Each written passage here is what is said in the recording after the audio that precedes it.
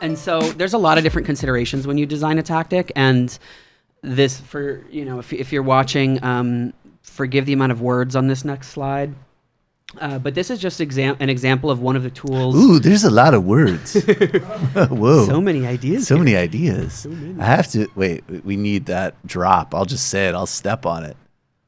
I think we need recovery mode drop for this slide, buddy. Yeah, it's gonna, I literally... It's going to knock you into recovery mode for sure. Okay. I have to say that my brain is still in recovery mode from taking in so many high-level important ideas.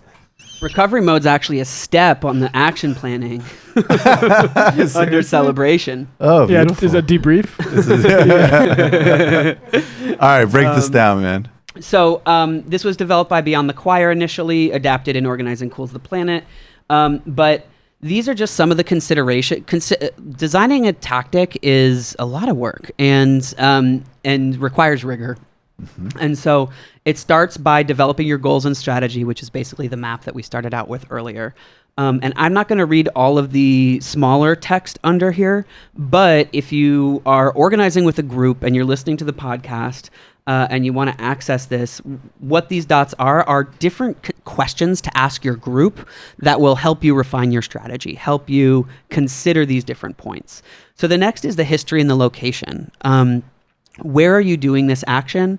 What is the history of the impact that the local community may face if a bunch of police are brought into the area? Right. What is the context of the history of work on the campaign? Knowing your context is the first step after strategy. Then it's about setting your target. And so again, a target is who is the person or institution who has the power to give you your demand, period, full stop. And there's ways that, and I'll talk later about secondary and tertiary targets, which are who pressures those people. So I'll read a couple of the bullet points, which is, what message will a tactic send to the people who have the power to meet our demands? Will it pressure them to capitulate or enable them to dismiss us or retaliate, right? So when you are escalating your tactics, you are flexing your muscle. And if you do a tactic too soon that actually communicates, we don't have much power, and a bunch of angry activists screaming on the sidewalk actually tells the story, we're marginal and don't have much power. Right. Right. And so then you might want a more creative way of using that group of people. How will you know if you've impacted your target? What are your metrics of success? And are you prepared for the target's reaction, which is part of, I'll get to the window smashing thing later and why that's such a dumb tactic, but anticipating the reaction of your opposition is really important. So next, your target's distinct from your audience, which is that who do you want to reach with the tactic? What do you want to inspire within them? Is the tactic, who is the media reaching? Are you just doing social media because you're trying to build the enthusiasm of your base? Are you trying to grow your base? Are you trying to win over new allies?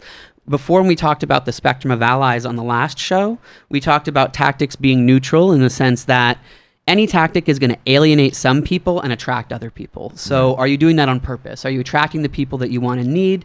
And don't worry about the people that you might alienate if they're not going to be connected to your campaign anyway. The next is relationships. And so this is key. This is about coalitions, alliance building, in terms of unlikely alliances, but it's also about accountability to the people who are most impacted by the issue. And so how grounded are you in the issue that you're taking on?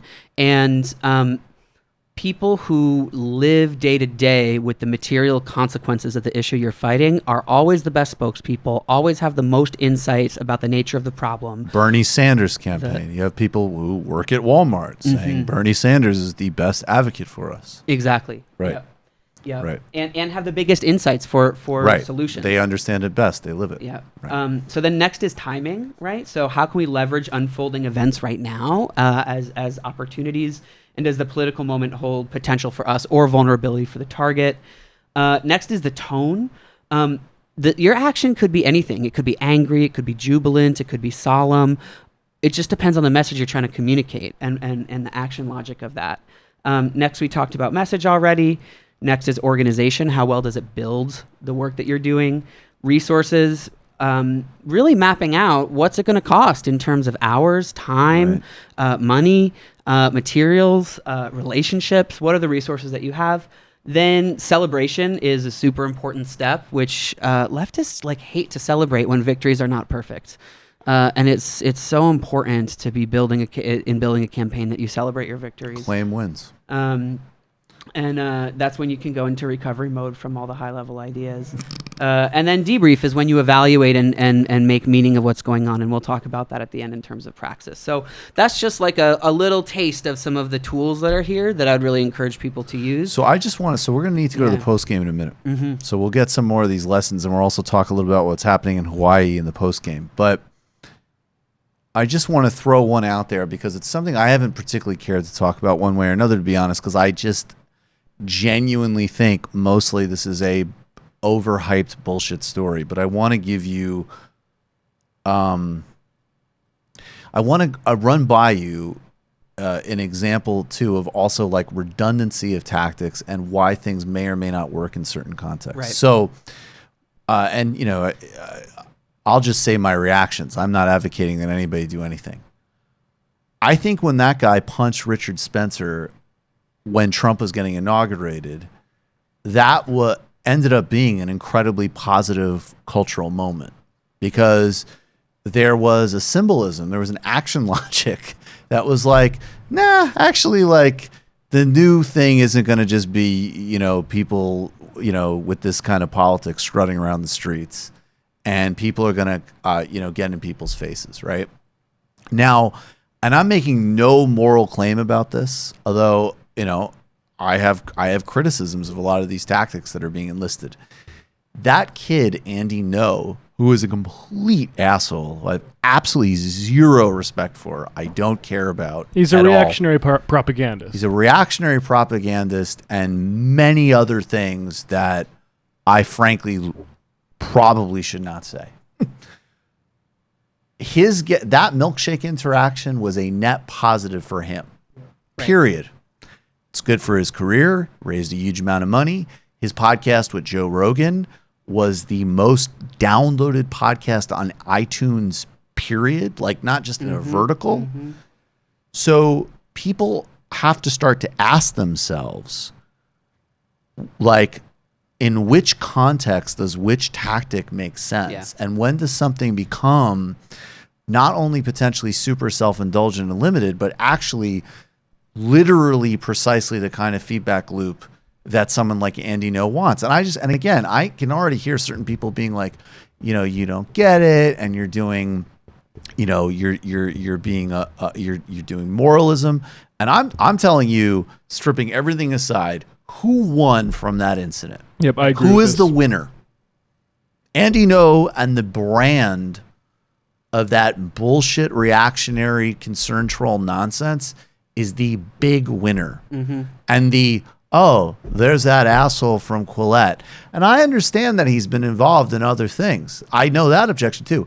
And those things were actually being reported on and documented so that Andy No's first cycle of broader public notoriety was, I don't think this guy's really a journalist.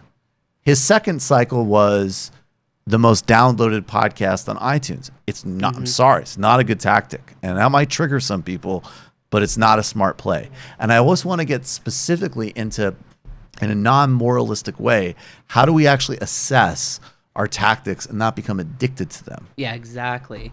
The thing I'll say about that is, like, this is the best thing we can learn from the global justice era, because during that period and for a while afterwards, there were all of these mass mobilizations at the IMF, at the WTO, and there were all of these like really unhelpful debates about violence and nonviolence. Right. What constitutes violence? Is property destruction violence? Blah blah blah blah. Right. And the left loved to get stuck in those moralistic arguments, and I would facilitate coalition meetings at some of these summits and convergences where people were literally invoking, like, well, the Zapatistas defined violence as this, so therefore I want to smash a window. Right. And it was all ideological. It was all abstract. And at first, as a nonviolence trainer, in like earlier in my time, it was like I engaged it on that level, right, and tried to complicate it and tease it, and then I realized the antidote to it is just doing strategy training, because both in the example that you just gave and in window smashing at the WTO kind of example, you can anticipate the reaction. And when you go around that tactic star, when you anticipate both your target's response, the police response, even if you disagree with the media response, like there was a G8 protest where there were all of there's groups that wanted to light garbage cans on fire and stuff like that. And if they had just had a conversation that said, we know that if this happens, the police will do mass arrests, they will target specific activists, and it'll be very expensive. We already know that there are costs. agent provocateurs from the police and other Exactly. agencies in these protests to begin with, and what a perfect conduit if you're already committed to taking a dumb action. And so they did it, and the consequence was that there was millions of dollars of legal costs that were then put on the movement of all of these fundraisers to raise money for these imprisoned activists. And of course it was unjust that they got ridiculous sentences. I mean, the way the state threw their weight around was, but that wasn't the point. The point was, if you instead proposed, even saying, okay, let's say that lighting a trash can on fire is a smart tactic. Is it worth all of us collectively raising money, raising $6 million over the next 6 months? Is it that good? Nobody could have said yes. And so if you stick in the terrain of strategy and material outcomes and agreed upon goals with metrics you can actually evaluate, all of that nonsense falls to the side. Is milkshaking, some asshole worth somebody who did not know who he was yesterday and would never know who he was, finding out about him for the first time in the context of him being like, I need to make a bruised. I need to make a distinction between milkshaking and punching, because Andy Sure. No was milkshaked numerous times. Oh, you're talking about the physical assault. Right, exactly. You're right. Like No was Right. milkshaked numerous times before the punching happened, and he would go up to police and say, "Hey, I was just assaulted." And they're like, "With the milkshake?" And Right. he's like, "Yeah, with the milkshake." And get the fuck out. Yeah, of get the fuck out of here. Stop wasting our time. But even the milkshake thing is another thing too of again, it's hilarious. I've seen great ones. And when does that become not the thing to do anymore? Yeah, and not as a moral thing, but just literally understanding you can't be addicted to a tactic. And I think, my position is on an abstract level, I'll just put it this way, I just don't want to be super specific, but there's any number of movements in different contexts who have enlisted actual non-theoretical violence that at the very least I'll say I don't judge, right? I clearly judge any tactic that specifically targets innocent civilians of any kind. I 100% oppose, and I think we all have to oppose, or that just fundamentally contradicts what we're trying to do.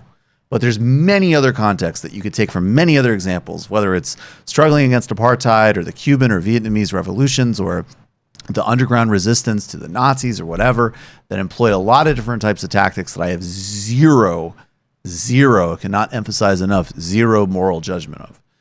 In the context we're in, both the media environment we're talking about, and on the flip side, and this is something I just want you to touch on briefly before we go to the post game, a huge increase at the state level of laws being put on the books to criminalize, in fact, literal nonviolent actions. So the dial is actually these social media controversies and little games are getting played out. Some of them are important, some of them, I'm sorry, are not.